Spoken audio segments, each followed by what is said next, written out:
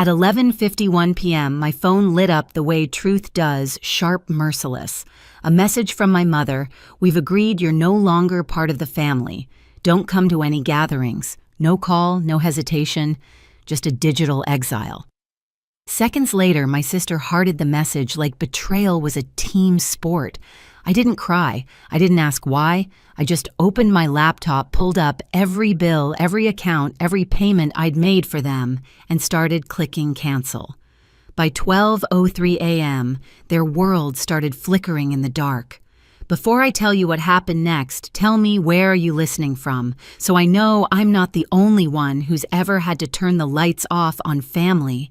When the screen went dark, the silence in my apartment felt heavier than the city outside.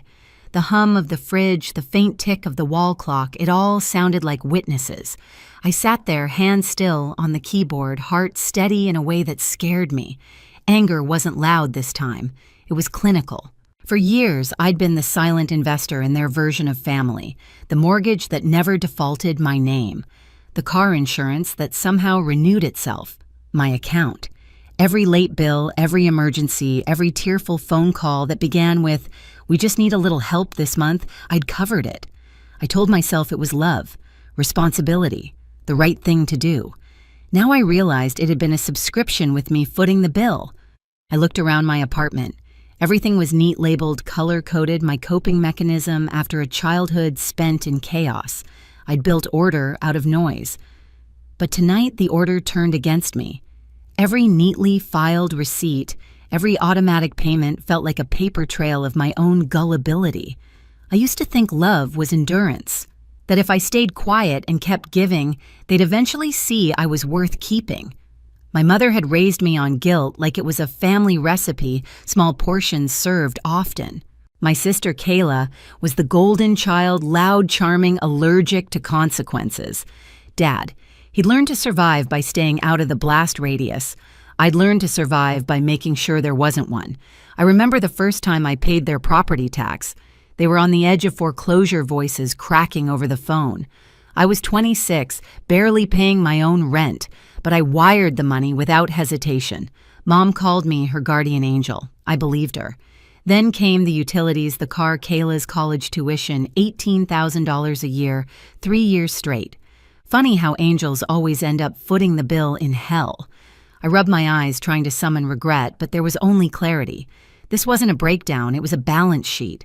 I wasn't losing a family. I was collecting evidence. The last time I'd seen them in person was at a Sunday dinner 6 months ago. Mom had corrected my posture in front of everyone. Kayla had bragged about her upcoming business trip that I knew was a week at a beach resort. Dad had made a joke about how I was too serious to keep a man. I'd smiled past the mashed potatoes and swallowed the truth. That dinner table had been a courtroom. I just hadn't realized I was on trial.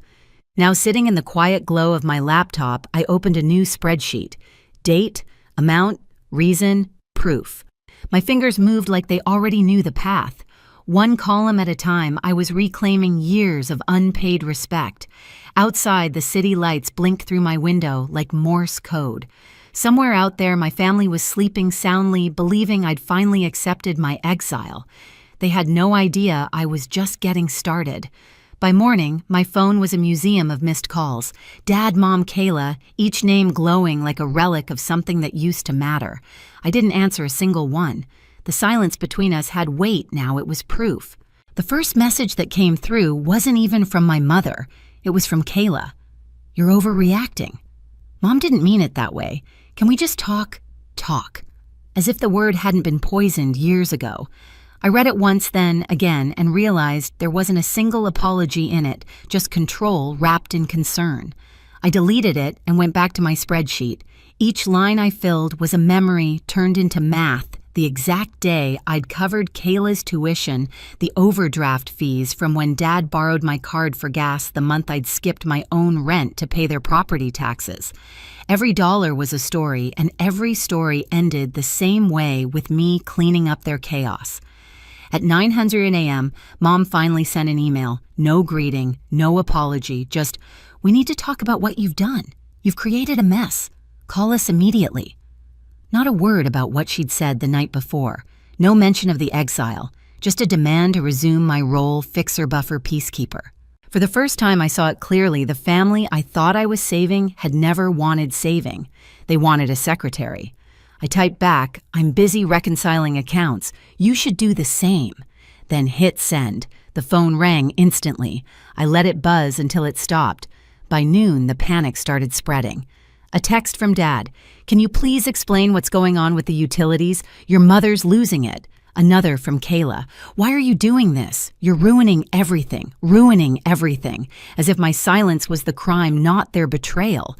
I opened my banking app, scrolled through years of transactions, and felt something shift. The guilt that had been tattooed into my bones began to fade. It wasn't anger now, it was precision. Cold, deliberate, focused. By 3:00 p.m., they'd tried every tactic, anger, pleading, nostalgia. Mom even posted a vague Facebook update. Some people forget who raised them once they start making money. Pride comes before destruction. It got 36 likes, mostly from relatives who hadn't spoken to me in years. I didn't respond, but I saved a screenshot. That was the moment the scales tipped, not just in the accounts, but in me. For the first time, I understood that silence could be strategy. At 6:00 p.m., I called Julia. She'd been my friend since college, now a family law attorney who specialized in messy inheritances. "I think I'm ready to stop playing accountant," I said. She didn't ask for details, just replied, "Then start documenting everything. We'll make it official." That night, I went through every email, every payment, every transfer, labeling and archiving them like evidence. The more I organized, the lighter I felt. By midnight, my inbox looked like a courtroom, and for the first time in my life, I wasn't the one on trial. By the second night, the quiet had a rhythm, the kind that comes before a storm breaks. My laptop glowed in the dark, each tab a doorway into years of unpaid gratitude. Mortgage, insurance, tuition, taxes. They'd built their comfort on my silence, and I was done paying for their peace. At 11:00 p.m., Julia called. "Everything ready, every receipt I said, every transfer, good. Then you're not asking for repayment, Sofia. You're enforcing it." She told me exactly what to write. A formal notice, calm, factual, lethal. Subject line, outstanding balances, Johnson family account. Body, this email serves as formal notice of reimbursement due. You have 30 days to initiate a repayment plan before legal action is taken. No anger, no threats, just truth in business language. When I hit send, the silence that followed wasn't empty. It was alive. 12 minutes later, the first response came in. "Dad, let's be reasonable." "Mom, how could you do this to us, Kayla? You're insane. You're ruining the family." I stared at their words, steady, detached. Every message sounded the same. They weren't shocked by what they'd done. They were shocked that I'd stopped playing along. At 12:03 a.m., my phone began lighting up like a crime scene. Calls, messages, voicemails. The panic had started. "Turn the lights back on," Mom shouted on one voicemail, voice cracking. "We'll fix this tomorrow." But tomorrow had already arrived, and they were the ones in the dark. Julia's email popped up seconds later. "Perfect. Forward everything to me. We're filing a demand letter by morning." I sat back in my chair, watching the cursor blink over my name, Sofia Johnson. It hit me how many times I'd signed that name to save them on checks, leases, contracts. Every signature had been a promise. Tonight, it became evidence. At 1:00 a.m., another message from Kayla. "You think this makes you strong? You're heartless, heartless." The word used to hurt.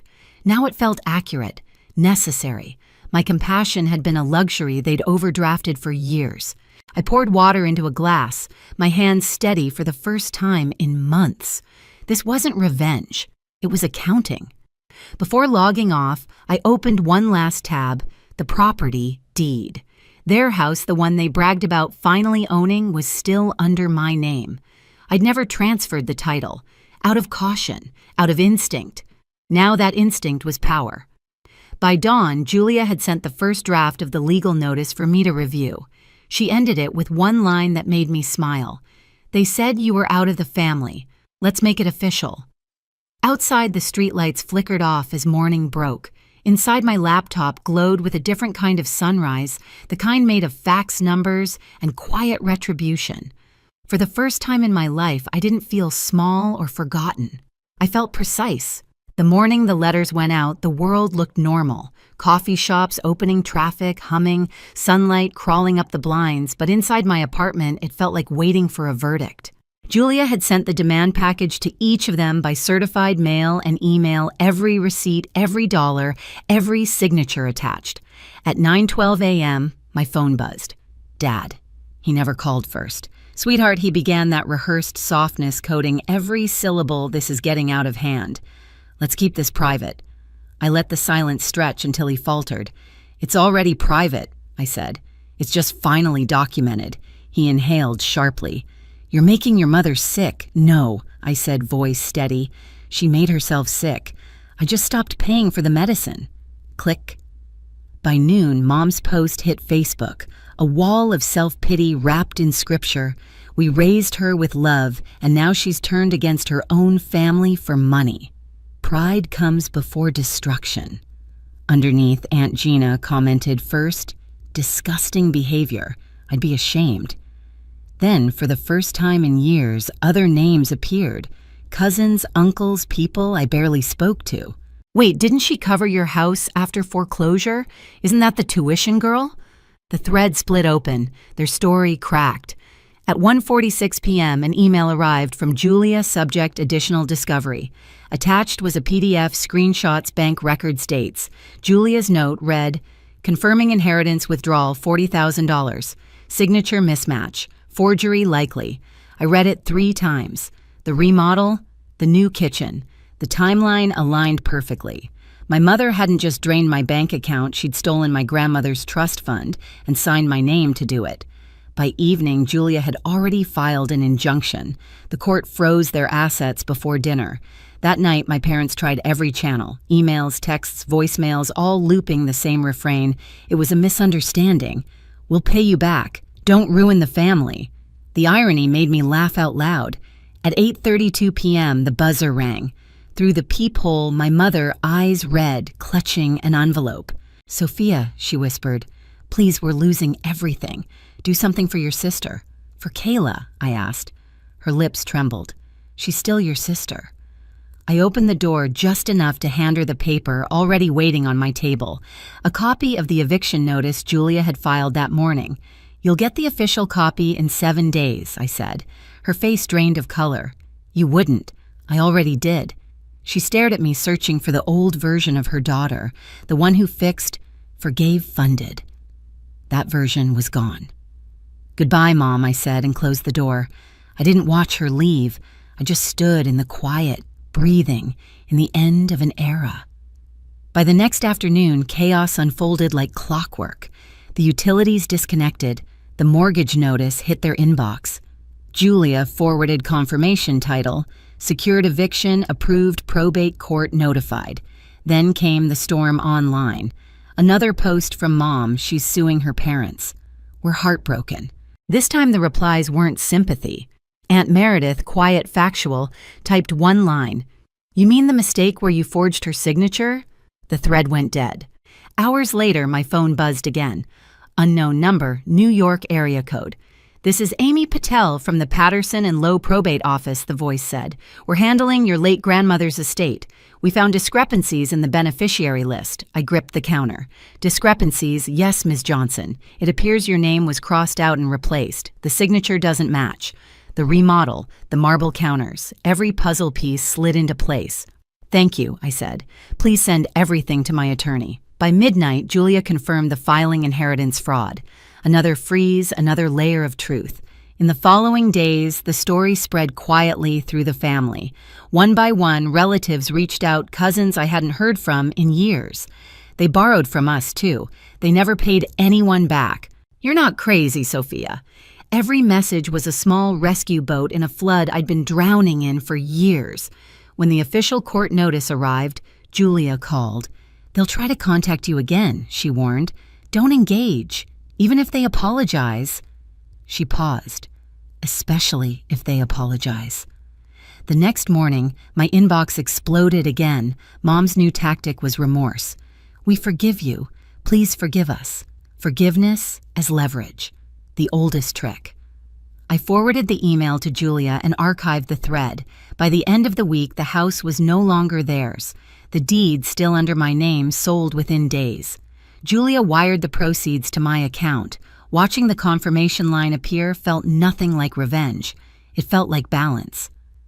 Kayla tried once more a final text, "You won." I typed back, "No one wins when family becomes debt," then muted her number for good. That night, the city outside flickered steady and different. I sat by the window, the same one that had once reflected every sleepless night I spent saving them. Now it reflected something new, me alone, but unburdened. Somewhere out there, they were learning how to live without me, and for the first time in my life, I didn't feel guilty for letting them.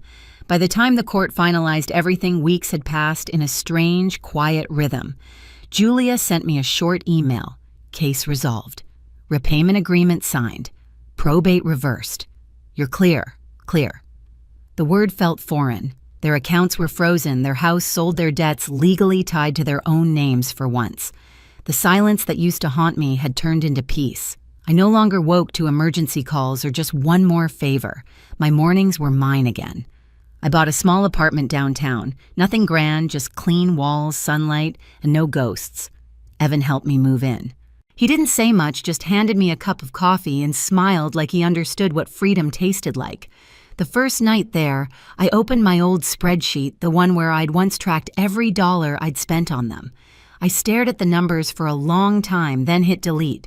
Watching it vanish didn't feel like loss. It felt like release. Word got around that my parents were renting a small house outside the city. Kayla was working part-time somewhere she hated. I didn't feel satisfaction, just distance. They were finally living the life they'd built without me holding it up. That night, for the first time in years, I slept through till morning. No guilt, no noise, just the steady, quiet hum of a life that finally belonged to me. A month later, I visited my grandmother's grave. I laid down tulips, her favorite, and whispered, "It's done." The wind felt like an answer. Peace isn't loud. It's quiet, steady, earned. If you've ever had to walk away from the people who broke, you know this. You're not alone, and you're not cruel for choosing peace.